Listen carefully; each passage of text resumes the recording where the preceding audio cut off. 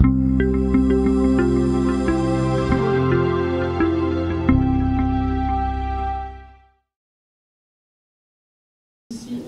à tous, j'excuse ma collègue Aurore Vasseur qui n'a pas pu être présente aujourd'hui.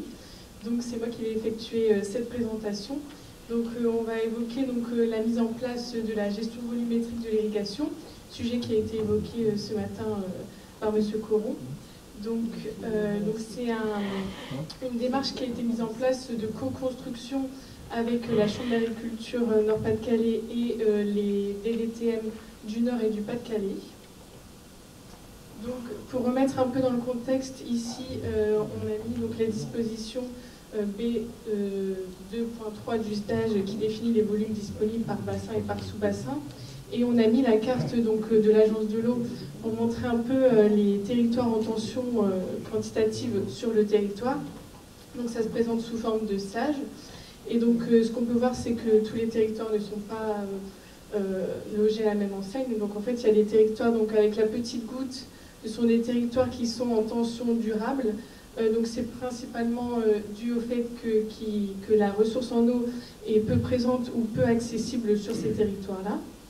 Et on a des territoires avec, en orange et rouge avec 2 ou 3 gouttes qui correspondent à des territoires où le besoin en eau, les prélèvements en eau, sont parfois supérieurs à la ressource, donc ce qui peut causer des tensions sur ces territoires-là.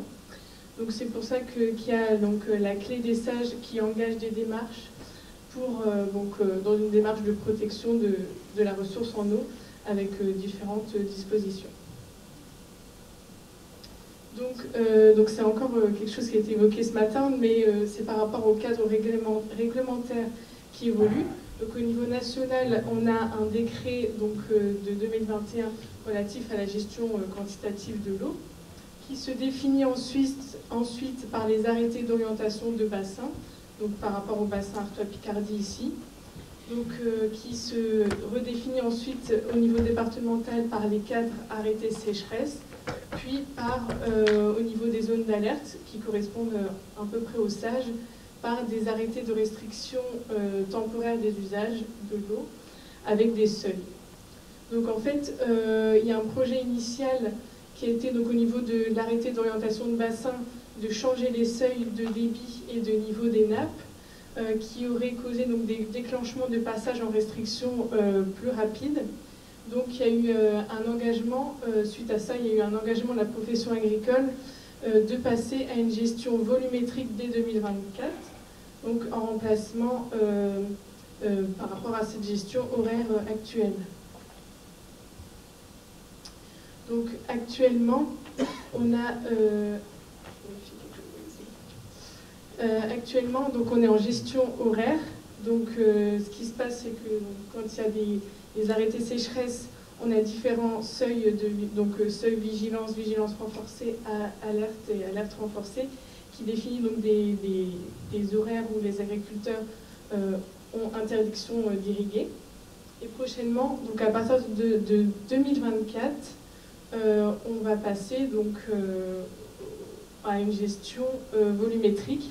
Donc ici j'ai mis une carte en fait qui montre la zone d'alerte sécheresse par rapport au territoire de l'ESCO qui est passé en alerte. Donc en fait, le diaporama, normalement il y a quelque chose en dessous de la carte, mais vous ne pouvez pas le voir.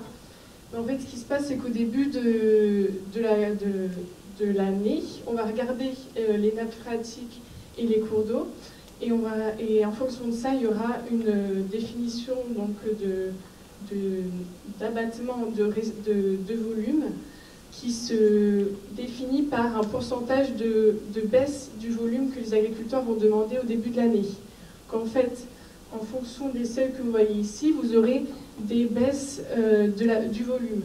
Donc en alerte, c'est moins 10%, alerte renforcée, moins 20% du volume que les agriculteurs vont demander au départ. Donc c'est une construction qui est commune entre les DDTM, l'association des irrigants et la profession agricole, qui est basée sur des retours d'expérience au niveau national. Donc pour cela, on va s'aider d'un outil informatique qui s'appelle Irigo, qui est développé par les Pays de la Loire et donc qui a été adapté au niveau donc, des exigences réglementaires du Nord-Pas-de-Calais et des situations différentes qu'on peut retrouver en Nord-Pas-de-Calais. Donc en fait cet outil il va permettre aux agriculteurs irrigants de saisir les demandes de volume au début de l'année, de suivre leur consommation et de visualiser les mesures de restriction ou d'interdiction s'appliquant et de pouvoir répondre en fonction de ces mesures-là. Et donc un test a été effectué dans une trentaine d'exploitations du bassin de la Lys en 2023. Donc cette gestion volumétrique, elle va être mise en œuvre donc, dès 2025 sous forme expérimentale et en 2026 qui sera un passage à la gestion pour tous. Donc ça sera au niveau réglementaire. Donc l'outil se présente comme ceci. C'est un outil donc, qui est 100% web et qui a un accès sécurisé. Donc on a bien vu avec les chambres de la Loire pour l'adapter et qu'il soit accessible facilement pour les agriculteurs.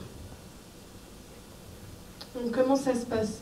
Au début de la campagne, donc, chaque irrigant il devra déclarer ses cultures qu'il souhaite irriguer avec en face un nombre d'hectares, une surface.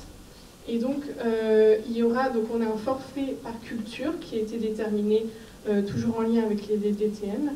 Et donc, on aura une simple multiplication qui correspondra à un volume maximum qui sera prélevable par point de prélèvement. Donc, une exploitation, si elle a plusieurs points, donc un point de prélèvement correspond à un forage ou à un point de prélèvement haute surface. Donc, ces agriculteurs devront intégrer ces données-là dans l'outil avant le 31 mars. Ensuite, ils devront ventiler ces volumes, donc c'est-à-dire tous les 15 jours, ils devront déterminer au début de l'année quelle quantité d'eau ils auront besoin, en fonction de leur culture, en fonction du stade de la culture, etc. Donc ça sera jusqu'en mai.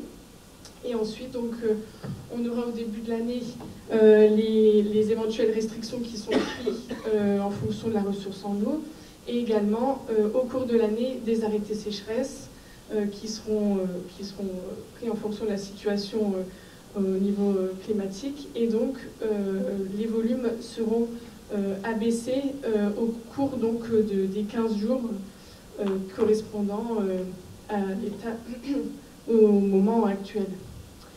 Et donc ce qui est important de voir aussi, c'est qu'il y aura un relevé des compteurs tous les 15 jours par les agriculteurs pour pouvoir observer la consommation d'eau et du coup voir s'ils respectent les éventuelles restrictions qui sont mises en place. Et à côté de ça, ce qu'il faut prendre en compte aussi, c'est que les agriculteurs devront toujours passer par les dossiers loi sur l'eau pour pouvoir créer leur forage. Donc que ça soit pouvoir le créer, pouvoir effectuer des prélèvements, etc. Ils devront toujours passer par un dossier qui leur permettra d'avoir un récépissé leur autorisant à créer leur ouvrage.